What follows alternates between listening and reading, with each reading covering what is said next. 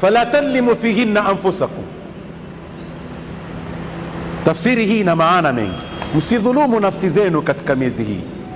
Maana nyingine, msizikoseshe nafsi zenu kheri katika miezi hii, kwa sababu ikiwa miezi hii ina kheri, inna fi ayami dahrikum la nafahat, katika masiku nyinyi mnaoishi kuna nafahat Mwenyezi Mungu ameziweka, na miongoni mwa hizi nafahat mtakuja kuzipata katika vitabu vya Mwenyezi Mungu Subhanahu wa Ta'ala, Al-Qur'an Al-Karim. Ayyam, masiku ambayo kwamba anajulikana ni ayyamullah, masiku ya Mwenyezi Mungu Subhanahu wa Ta'ala. Ala fata'arradu laha, jitokezeni mpatilize zile khairat, muwe karibu na Mola Subhanahu wa Ta'ala.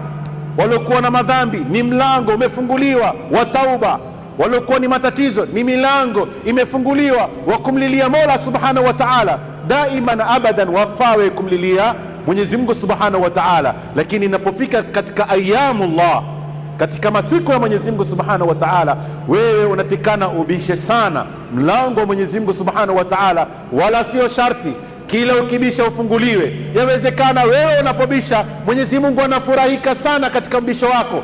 Usichoke, endelea kubisha.